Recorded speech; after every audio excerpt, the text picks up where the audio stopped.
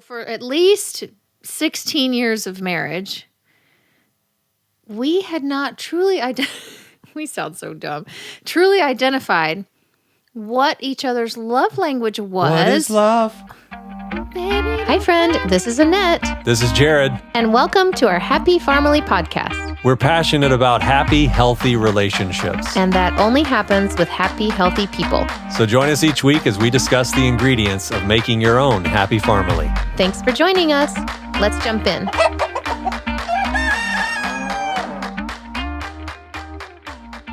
Hello, everyone. Welcome to our podcast. We're so glad you're here. This is the month of love. And we are going to talk about love today. So this is Annette's favorite subject. If you want to see Annette squirm, this is the moment. Talk about love and romance and passion. See what's happening to her. She is melting down. This is easy. I like it.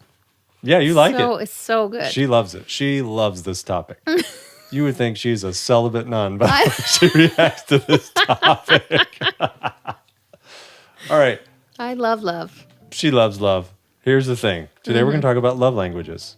Rawr. And if you're ready to laugh, please keep listening. Oh. Because this is your moment to enjoy Annette squirming.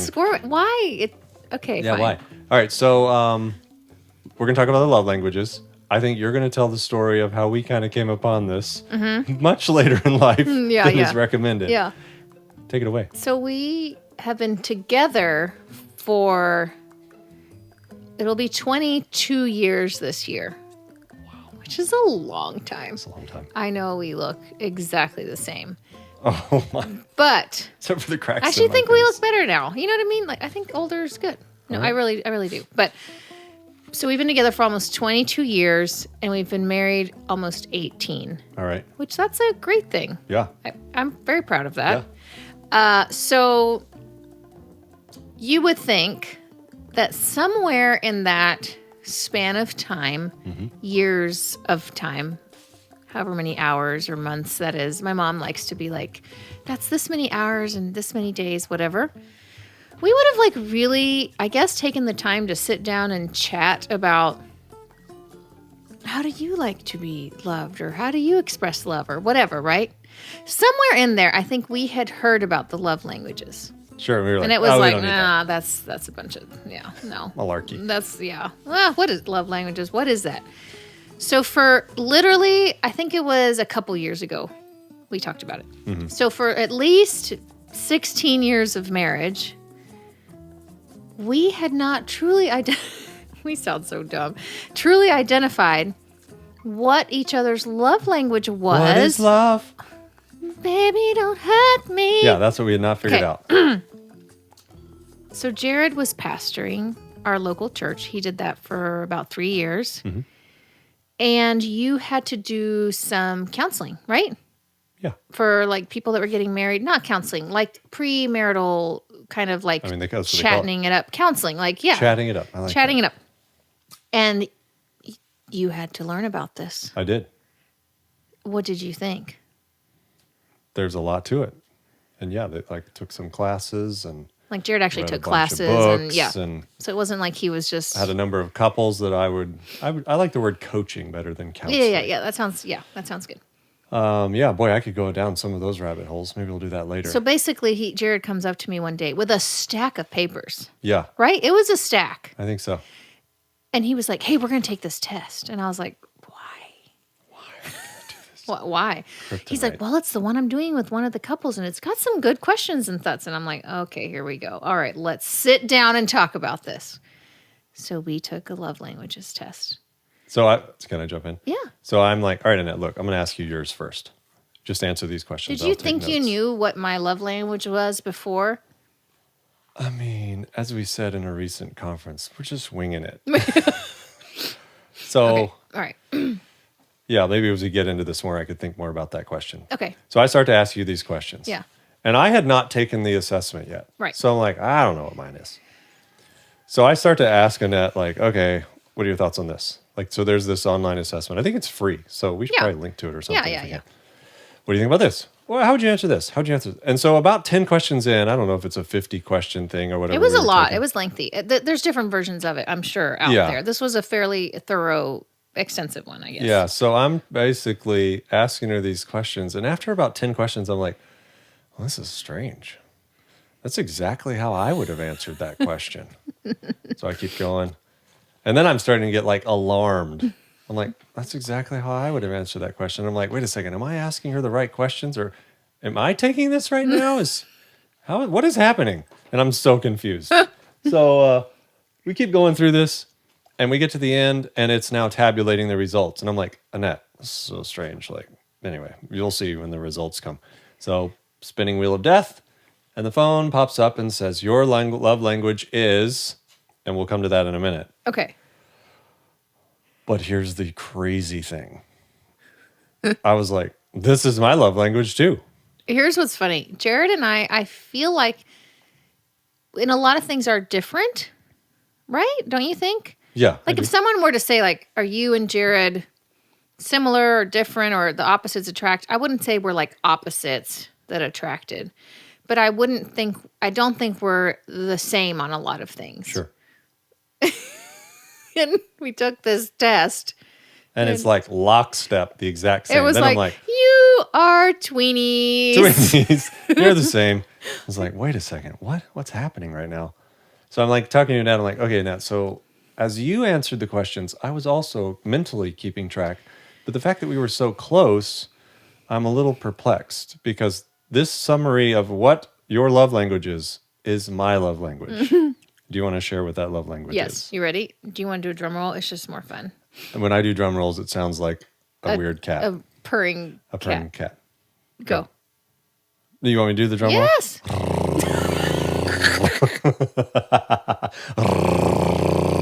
That is not a drum roll.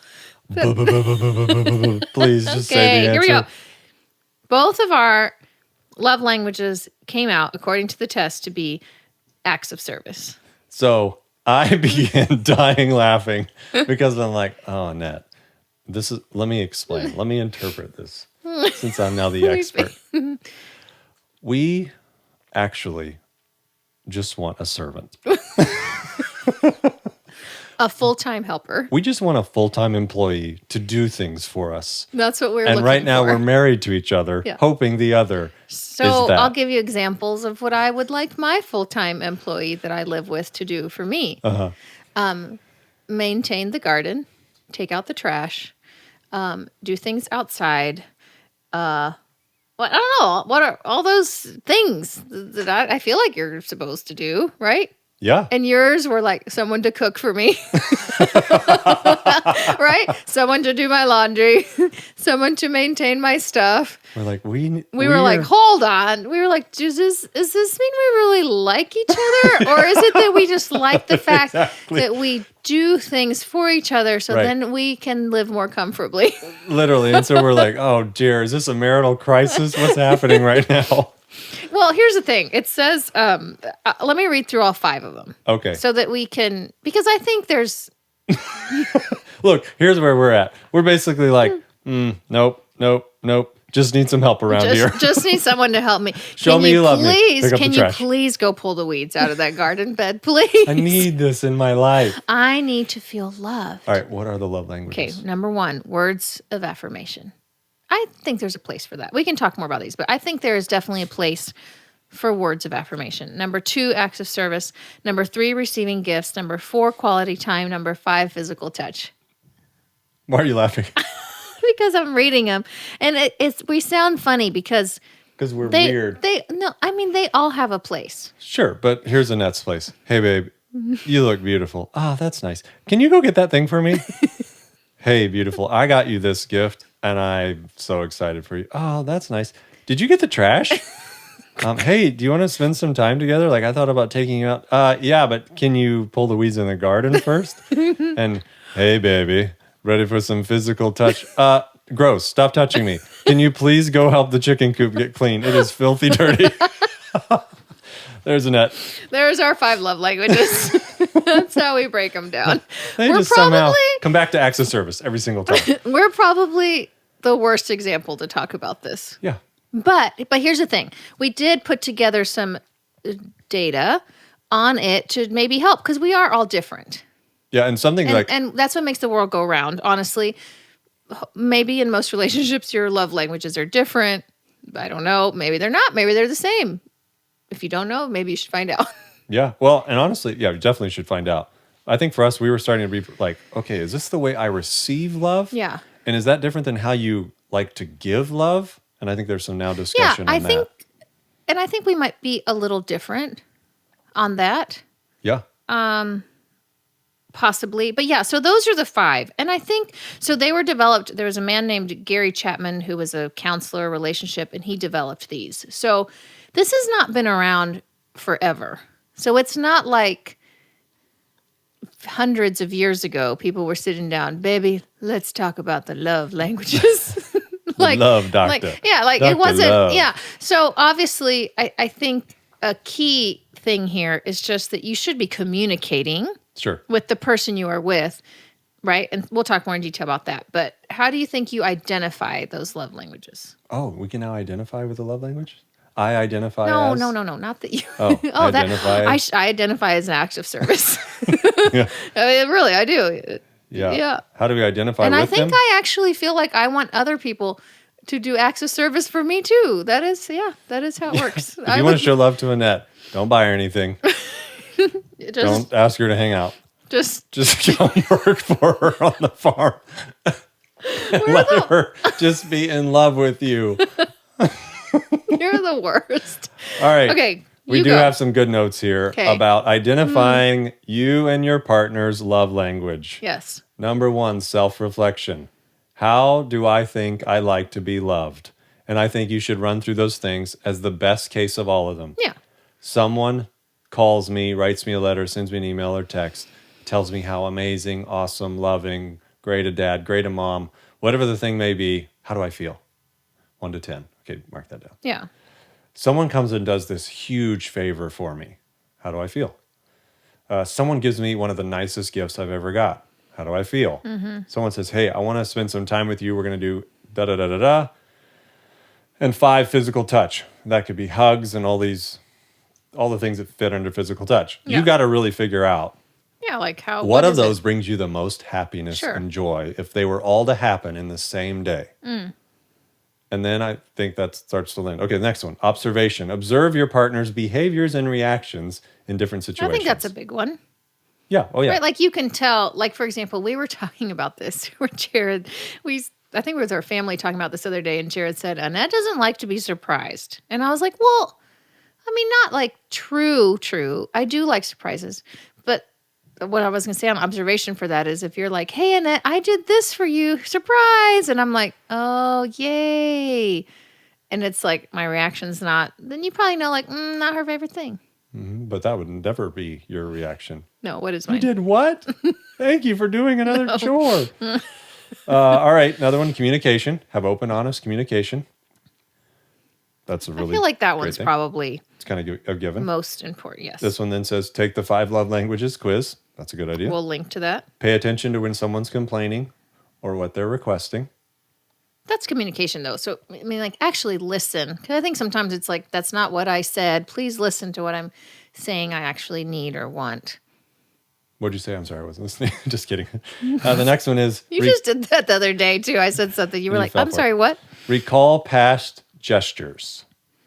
So I think that's not just in the fantasy world of, okay, these 5 things happen. Which do I like best? But which 5 things of these have happened and which did I like best? So taking real scenarios, right? That time I got this gift. That time I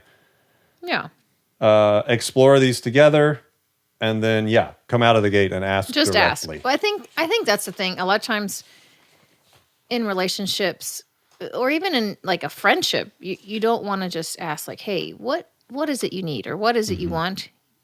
Because it feels weird sometimes to just ask. I think asking is a good idea. Absolutely. I'm bad about that. I feel like sometimes I'm dancing around versus just like being direct and saying, hey, this. Okay, so let's go through the love languages and how to put them in action. So I'm going to say words of affirmation, how to communicate them. If you give compliments, People like compliments. I think you can't go bad with words of affirmation in life towards people, especially in a relationship. But I guess some people like really need it as their thing, right? And I'd be curious of how often love languages change through life. I'm Where sure. for one thing, and then it's another thing, or circumstances. So, for example, I'll give you an idea. I think when you're younger, words of affirmation is probably more of a thing. Why are you laughing? No, I'm not laughing. I'm just thinking about Ava because, like, literally, I like to tell this girl how amazing and awesome our daughter, and how much I love her. Till now, when I like come up and I grab and give her a big hug, she goes, "Dad, I already know what you're gonna say. You love me. Can you let me go now?" I'm like, oh boy, I blew it with this love language. You've overdone it. But I'm gonna have to reverse it and be like, "Listen here, you little." No. I feel like what I meant about younger is when you're, let's say, a teenager, or I think in your 20s, or you're not maybe sure about yourself, or you're insecure, at least for females. I think that's more of a time where you're a little more like, I don't know. Words of affirmation are probably higher on the list from someone that you love or care about, because then you feel maybe more, good. So I think this is a huge one for friends. Yeah. Like, and in the world of social media where it's literally crack cocaine, we got to totally do an episode on that. All the science coming out. But basically, especially for teenage girls, so that's what I was thinking of this. How many girls, and I think this is most important for girls, have other girls that tell them, you're beautiful, you're smart, you're awesome. Oh, and that they mean it, and it's not a jealousy thing. There's a lot of that. So, but I'll go to the next one. I always say words of affirmation. Just leaving a note for someone, like an unexpected note or card or something. That means a lot. Even if that's not your love language, it goes a long way. I think every once in a while it goes a long way to say, hey, I care about you. I put it down on paper. Absolutely. Yeah. Okay. All right. Acts of service. Verbally offer your help so they know you're there for them. If it's with a net, sign a W-9. Just kidding. Terrible. Includes actions like thoughtful gestures, helping with chores, alleviating their workload. Weeding the garden so bed. Much joke material here. Things to avoid. Confession time. Procrastinating on the help you offer and lacking follow-through. Let's read that one again. Do not do that. If you are married to someone. Do not say you're going to do something and then not do it because you're counting on it. But that's true. Do not let your wife get on Pinterest either. No. Then the list will get longer. Everyone was laughing, saying last week's episode, I was talking about how Pinterest is a bit much because it gives you too many ideas. And you said Pinterest is the devil. I had people messaging me, oh, yes, Jared is right. I'm like, oh, boy, of course. Preach it. All right, go to the next one. Of course. Receiving gifts. This is another one. I mean, they're all good. They all are good. Is this my love language? No. Yours? No. Definitely not receiving gifts. I've realized. Can I tell you something? Again, we've been together for 20 plus years. Jared does not like gifts. Do you know how hard that is? Because sometimes you want to get someone a gift. And him and I are not big, we're not big gifty people. Like, we don't do gifts at Christmas for each other, right? We've not for a long time done things like that. Because it's like, first of all, we have what we need. I would rather put money towards a chicken. So let's be honest. So sometimes though, I want Jared to have the love language of wanting gifts a little bit. And I know your family really wants you to have the love language because Jared's family, I think, is big on the gift-giving love languages, right? In general. And that's not a bad thing. That's just how it is. So this is how it goes. Without fail, I could put money. I'm not like a betting type, but I could put money on this. If you buy something for Jared, especially in the form of our clothing, an article of clothing, whether that be shoe, pant, shirt, socks, he will not like it. Not only does he not like it, it's like he goes through this thing. I literally told him to not get me stuff. He does it to me too. I literally got him pants for his birthday this last year. I don't know why. Why don't I learn my lesson? But I was like, these look cool. No, return them. Gets a new jacket, returns it. I don't need a new jacket. I don't want new. He has undershirts that are still from college with a few holes in them. One looks like the solar system. I take that as bragging rights. One got bleach, got a little bleach on it at some point. It looks like the stars and the solar system. Still has it. Yeah. Proud of it. I don't need new undershirts. I'm like, can I just please get you some new undershirts? No, I don't. I don't want any. So find out what your person's thing is. And if it's giving gifts, good for you. Give those gifts. But if it's not their love language, don't try to force it on them as we have for 20 plus years. I'm the worst. I don't know why. It's not going to happen. Yep. It's not going to happen. What are go through some of the practical things there, though. Give tangible symbols of affection. So actual things that they can tangibly receive that are meaningful. I think that's where you have to listen to what your significant other is actually saying. Oh, I want this or I need this. Take note, make a note on your phone. Let's say you're out somewhere and they say oh, I've been really wanting that. Or it doesn't have to be a gift of something they want. It can be something they actually maybe need. Or you've gotten me sometimes things I actually needed. And it's nice. Toilet paper. No, stop. Paper towels. You make it sound like we're the worst. But things listen and be in tune to what that person needs, because then it can be just that much more special and meaningful, and it doesn't have to be gifts. It can also be complimenting someone or giving them you can clump some of them together, I think. All right. Let's go to the next one. Quality time. Uninterrupted, deeper conversations. Oh, that sounds... Focused one-on-one time. This is like a hate language for Annette. This is hate speech for Annette. Spend quality time together. Engage in meaningful conversations. Create shared experiences with things to avoid. Distractions. Your phone. Lack of effort. Long stints without doing something special and meaningful. So we were talking to a few couples yesterday. Yeah. About... thoughts on what maybe you can gauge a happy marriage based on what they say. And someone said you can know if someone has a happy marriage based on how much time they have communicating per week. Yeah, right? If they spend at least 2 hours a week communicating. I don't really know how to gauge that. I guess you just assume quality time you talk in communicating. The morning some, you talk in the evening some. That's probably about 2 hours a week, things like that. That's probably normal in most relationships. You catch up in the morning, catch up in the evening, things throughout the day. I mean, I think life happens a lot of times. I think for me, I'm not one that I need undivided one-on-one, to have this deep, deep conversation. That's not me. But some really do need that. Sure. And I've known some relationships where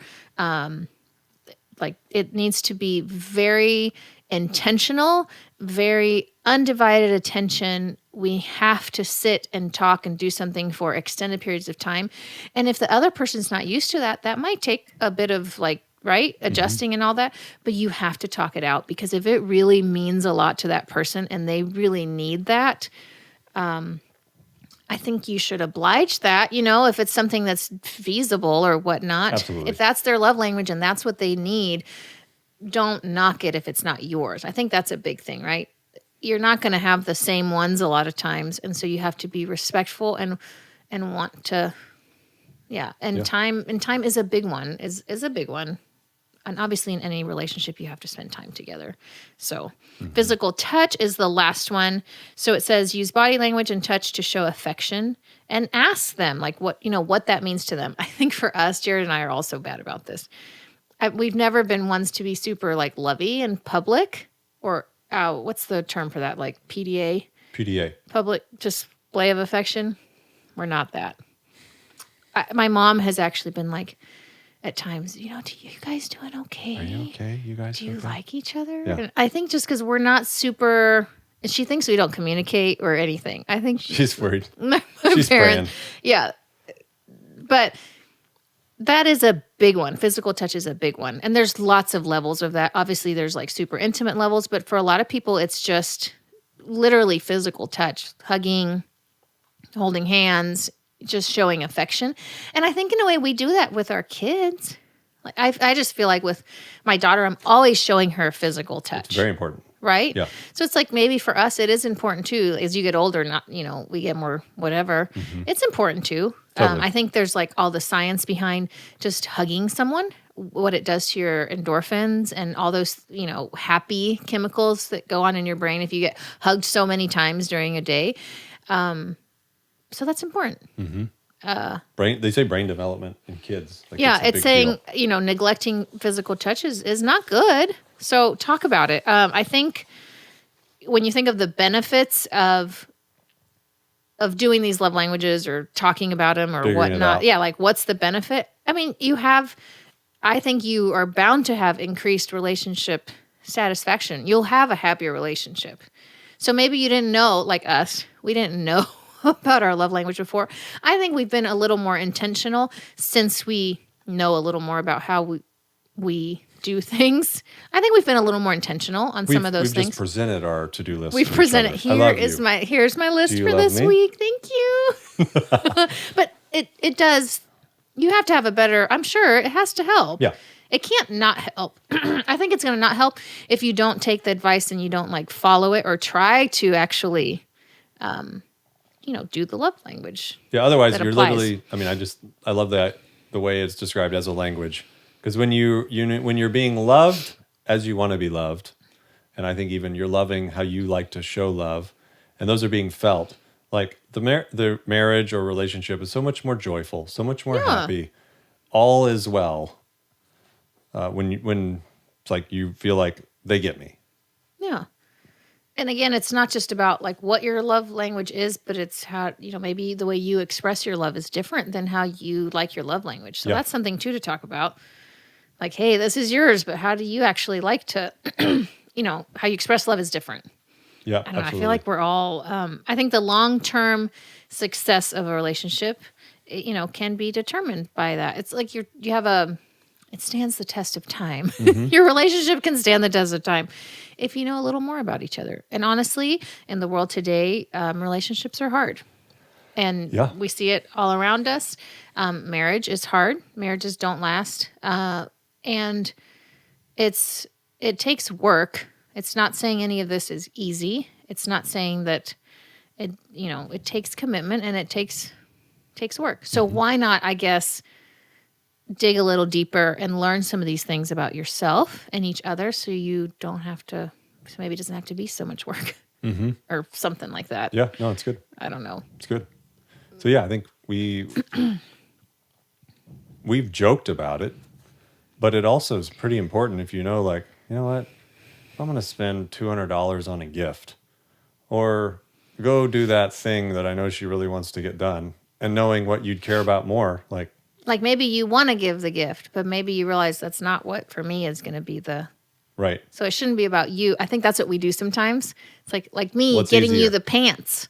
Yeah. Well, like I wanted to get you pants because I don't know why. I don't wear pants. Anytime. I'm just out here naked on the farm. Jared's got a commando down here. We're going to edit that part out of the podcast. But yeah, it's not about us. It should be about the other person. And honestly, then it always comes down to in relationships about being selfless and not being selfish and thinking about ourselves and trying to think about the other person. And that's hard. Yeah, well, and I think some of these take more time, obviously quality time, acts of service. Others, it's like, well, I can just let them know I care for them, write them a note. Or, So it's like, boy, if you have someone who needs to be loved with more time, you got to be intentional about it. Yeah. So next week, we're going to talk about a little more on how to keep love alive. So if you thought today was tough for Annette, wait till next week. How to keep the passion alive in a long-term relationship. I'll be gifting Annette kryptonite for that episode.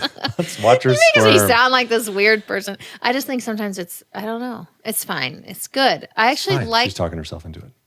I'm pep talking myself. She's like, I'll show up next week. I promise. I'll show up. I'll show up. I'd rather be with my chickens. No. I like being able to talk about certain things because I think we are all different. And sometimes not all conversations are easy. So it's okay. Yeah, I agree. I mean, I'm going to say something that almost got me in trouble. I went to this thing. That Annette is going to. Oh, boy. Next week. Wow. Yeah. And somebody asked me the question, tell me about your marriage. Is it good, bad? Where would you rank it?